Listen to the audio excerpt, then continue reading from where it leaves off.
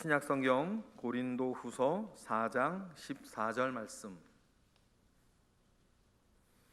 우리 다 같이 한 목소리로 합독하겠습니다. 주 예수를 다시 살리시니가 예수와 함께 우리도 다시 살리사 너희와 함께 그 앞에 서게 하실 줄을 아노라. 아멘. 먼저 인사하겠습니다. 평안하십니까? 평안하십니까? 네, 우리 각 교회에 함께 예배드리시는 모든 분들도 평안하십니까? 우리 앞뒤 옆에 오신 분들한테 함께 인사하겠습니다. 잘 오셨습니다. 오늘 오셨으니 이제 우리 금요일까지, 저희 교회는 토요일까지 합니다만 금요일까지 연합으로 함께 새벽 예배 드릴 때에 큰 은혜가 우리 모두에게 있기를 소망합니다. 저는 오늘 고린도후서 4장 14절의 말씀, 이번 우리 연합 새벽기도회의 주제 말씀이기도 한 말씀을 가지고 우리라는 주제를 중심으로 해서 말씀을 전할까 합니다. 특별히 이 우리라는 주제가 어떻게 구약 안에서 보여질지로부터 시작해서 신약으로 좀 넘어올 텐데, 짧은 시간이지만 조금은 제가 어쩌면 복잡할 수도 있게 말씀을 전할 수도 있을 것 같습니다. 부디 미련한 입술에서 나가는 말씀이 지혜의 귀로 듣게 되시는 은혜가 있기를 축원합니다. 우리라는 것을 생각하면 구약에서 두 단어가 딱 떠오릅니다. 첫 번째는 하나라는 겁니다. 야훼 에하드, 한 분이신 하나님이라는 개념 속에서의 우리가 하나라는 개념 속에서 떠오르고, 또 하나는 우리가 늘 결혼식장에 가서 듣게 되는 말씀, 둘이 한 몸을 이룬다 할 때의 그 에하드라는 단어, 하나라는 단어가 떠오릅니다. 우리의 출발점은 분명히 하나이고 우리의 목표 지점도 하나일 겁니다. 하나를 떠올리면 또 뭐가 좀 떠오르냐면 연관으로 해서 말이죠, 하나님의 형상 또는 형상으로 창조되었다라는 그 형상이라는 단어를 우리가 함께 생각해 볼 필요가 있습니다. 저는 개인적으로 구약 전체를 이해하기 위한 그 바탕으로 오경의 말씀, 그러니까 창세기부터 신명기까지의 말씀을 기본으로 보고요, 또 오경을 이해하는 기본의 말씀으로 창세기를 두고요, 그 창세기 전체를 이해하는 기본의 말씀으로 창세기 1, 2장을 설정합니다. 그리고 창세기 1, 2장의 핵심은 하나님의 형상이라는 단어에 있다고 생각합니다. 그래서 최근에 제가 구약을 연구하면서 늘 구약 전체를 어떻게 이 하나님의 형상 개념과 풀어야 할까, 형상의 개념으로 풀어야 할까 고민했는데, 특별히 오늘 이 우리라는 개념을 이 형상이라는 개념으로부터 좀 시작해 볼까 합니다. 고대 근동에도 다른 나라에도 세상에도 이 하나님의 형상 내지는 신의 형상이라는 개념은 있어 왔습니다.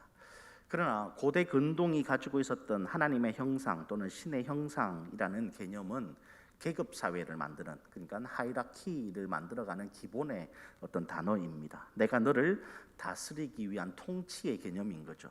나는 신의 형상이고 너는 그냥 인간이니까 오늘 내가 너를 통치해도 좋다라고 하는 것이 세상 사람들이 말하는 신의 형상의 기본 개념입니다.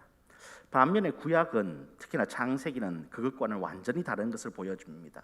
누가 누군가를 다스리기 위한 개념도 아니고 누군가를 통치하기 위한 통치의 개념을 위해서 사용되지도 않습니다. 구약에서 하나님의 형상은 우리 모두가 하나님의 형상으로 창조되었으므로 평등의 개념이고, 이 평등으로부터 통치가 아닌 협력이라는 것을 우리는 생각해낼 수 있습니다. 하나님의 형상은 그래서 말이죠, 이렇게 정의가 됩니다. 협력이라고 말이죠. 하나님의 형상이 협력이라고 보여지는 첫 번째 이유는 우리가 하나님의 형상으로 창조되었기 때문에 하나님과 협력할 수 있는 사람이 되었다 할 수 있습니다.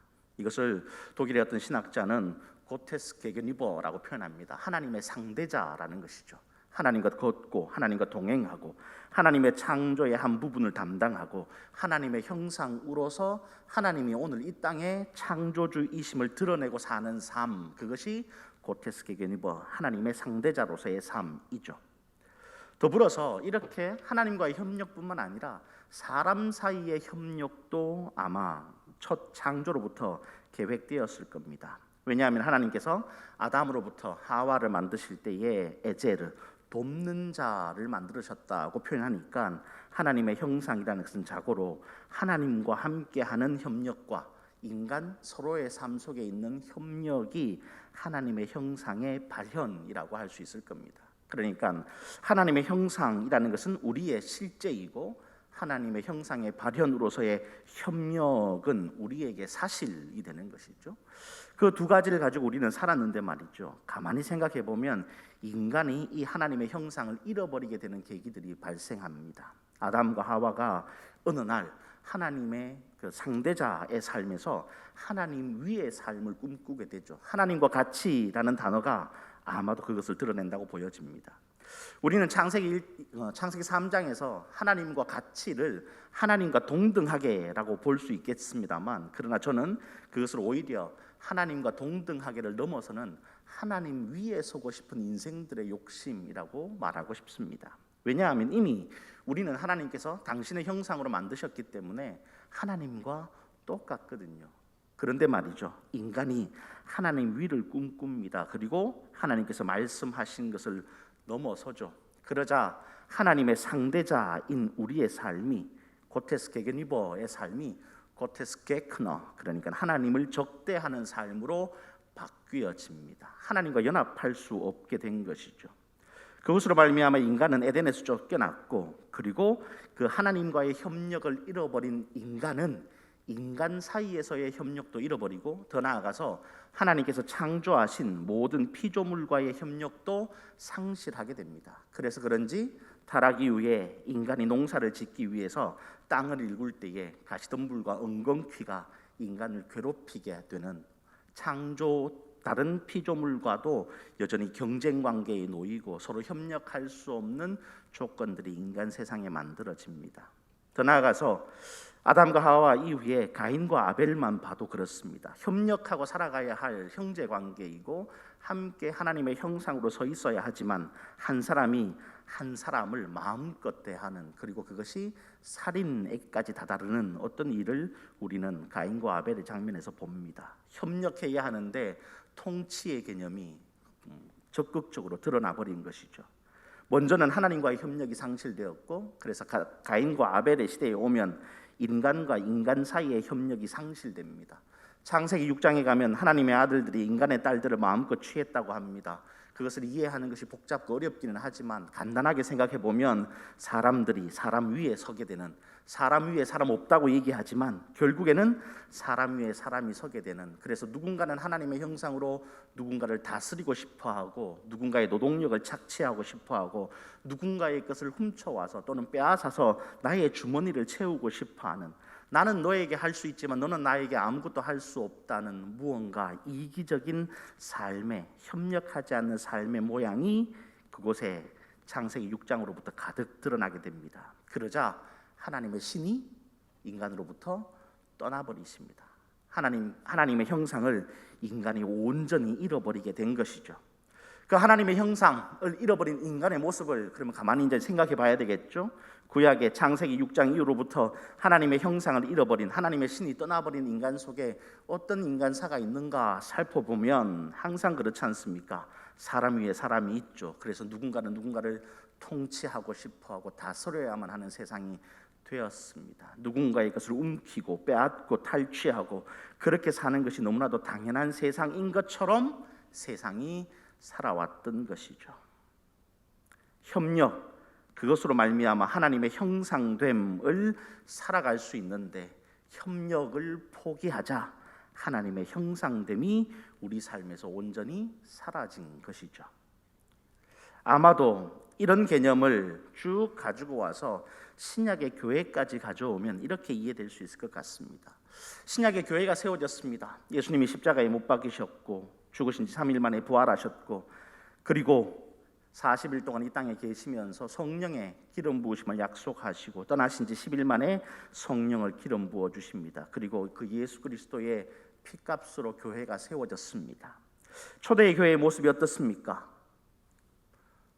모든 가지고 있는 소유물들을 팔아서 교회에 가져와서 가난한 자도 부한 자도 없이 나누어 협력하는 세상이었습니다. 초대교회의 모습은 종도 상전과 함께 한 식탁에서 먹는 협력하는 세상이었습니다.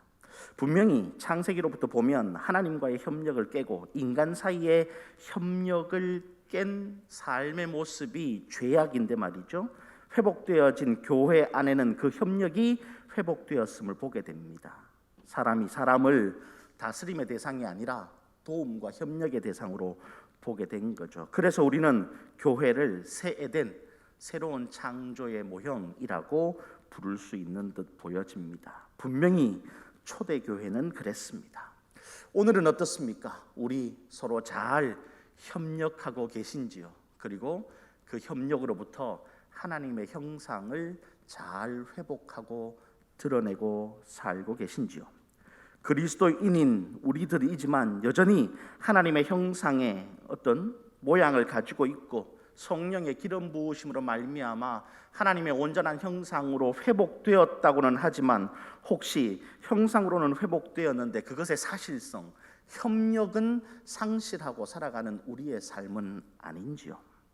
협력이라고 얘기하니까 뭔가 잘 안 와닿으면 다른 말로 좀 바꾸면 저희가 어제 저희 교회에서도 설교했던 주제이긴 합니다만 사회적 책임 또는 공적 책임이라고도 할 수 있을 것 같습니다. 우리는 오늘 너와 나의 삶 속에서 사회적 책임 또는 공적 책임을 다하고 살고 계신지요? 사회적 책임, 공적 책임이라고 하니까 교회 밖에서의 얘기인 것처럼 들리지만 사실은 교회 안에서의 이야기입니다. 왜냐하면 제가 말씀드리는 이 사회적 책임은 윤리와 도덕률에 의한 것뿐만 아니라 이 사회적이고 공적인 책임은 우리가 어떻게 하나 되어서 협력하는 관계로서 하나님의 형상을 회복하고 하나님 앞에 고테스 게크너, 하나님을 적대하는 사람들이 아니라 하나님의 상대자로 창조의 온전한 회복을 경험하는 하나님의 그 새로운 피조물로 하나님 앞에 같이 서게 될 것인가의 문제이기 때문입니다. 나만 예배드리는 것, 나만 하나님 앞에 나아가는 것, 나만 구원받는 것, 그것이 문제가 아니라 어떻게 하면 우리 함께 예배드리고 우리 함께 구원받고 우리 함께 그리스도인으로 하나님 앞에서 살아갈 수 있는가가 오늘 우리에게 공적 책임이고 사회적 책임이고 그것이 바로 오늘 우리가 우리 삶에서 만들어내어야 할 협력이라는 겁니다. 예배드리면서 나의 예배의 자세를 바로잡을 때가 있죠. 자세를 바로잡고 온전한 예배 속에 우리가 나아가려고 우리의 삶을 가다듬을 때가 있습니다. 네, 물론 나 자신을 위한 예배의 자세를 가다듬는 것이지만 우리는 그런 나의 예배의 자세를 가다듬어서 오늘 누군가 나의 옆에 있는 사람에게 함께 예배드릴 수 있는 자리를 만들어주는 거고 그도 오늘 나와 같이 예배자로서 하나님 앞에 설 수 있도록 내가 배려하는 것이겠죠. 예배당을 들어오며 핸드폰에 소리를 줄이고 진동으로 바꾸거나 전원을 끄는 것도 마찬가지입니다. 왜 우리가 그렇게 해야 하냐 하면 내가 오늘 나의 예배를 하나님께 성공하는 것도 필요하지만 오늘 혹시 나로 말미암아 누군가의 예배도 이루어져야 하기 때문에 그 사회적 책임과 공적 책임을 다하는 노력이 분명히 우리 속에 있어야 합니다. 예를 들어서 다른 말로 좀 바꾸면 6월절에 저녁 식사가 양 한 마리를 잡아야 하는데 그 양 한 마리 잡아서 한 가족이 다 먹을 수 없으므로 주의를 초청합니다. 화목제의 제사도 특이점이 뭐냐 하면 화목제의 제사가 끝나고 난 다음에 공동 식사라는 걸 하게 되는데 소나 양을 잡고 난 다음에 예배자가 그 소나 양을 다 먹어야 하는데 혼자 다 먹을 수가 없죠. 그래서 말입니다. 공동 식사라는 것을 말하게 되는 것이죠. 누군가는 누군가의 제사를 도와야지만 그 제사가 온전하게 되는 것이 이미 구약의 법이고 구약의 계획이기도 합니다. 오늘 우리는 어떻습니까? 누군가의 예배를 오늘 잘 돕는 자세로 오늘 우리의 예배가 잘 이루어지고 있습니까? 나만의 예배, 이기심의 발로의 구원이 아니라 이기심의 발로의 은혜가 아니라 오늘 우리가 어떻게 함께 하나님 앞에 구원을 은혜를 어떻게 하나님께 예배자로 함께 서게 될 것인가를 우리는 고민해야 할 듯합니다. 그 고민의 끝에 나오는 주제가 바로 공교회라는 단어입니다. 오늘의 말씀의 제목이 우리는 공교회입니다인데 이 공교회라는 단어는 예수 그리스도를 구세주로 믿는 모든 교회는 하나의 교회입니다라는 뜻입니다. 그래서 전 세계의 이단을 제외한 말이죠. 예수 그리스도를 구주로 영접한 모든 교회는 하나의 교회이고, 이 땅에, 한국 땅에 있는 모든 정통 교회들은 하나의 교회입니다. 오늘 우리 다섯 교회가 연합하여 함께 이 고난 주간에 예배하는 것도 이 공교회 성의 회복을 위한 우리의 노력이고, 우리가 각각의 교회를 섬기는 것이 아니라 예수 그리스도의 피값으로 세워진 하나의 교회를 섬기는 것에 목적이 있으므로 함께 모여 이렇게 예배합니다. 이렇게 다섯 교회의 연합뿐만 아니라, 교회는 신수동 교회뿐만 아니라 나머지 네 교회가 각각의 교회일 뿐만 아니라 우리 삶이 각각의 교회이죠. 나도 교회입니다. 여러분들도 교회이십니다.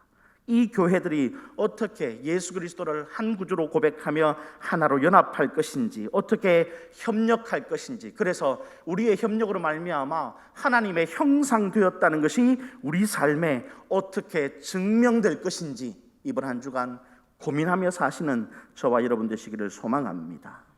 우리가 있어야 할 자리에 그러면 반드시 있어야 할 것이고요, 우리가 해야 할 그 일을 우리는 감당해야 합니다. 공적 책임과 사회적 책임이 협력이라는 개념 속에 들어있기 때문에 그렇습니다.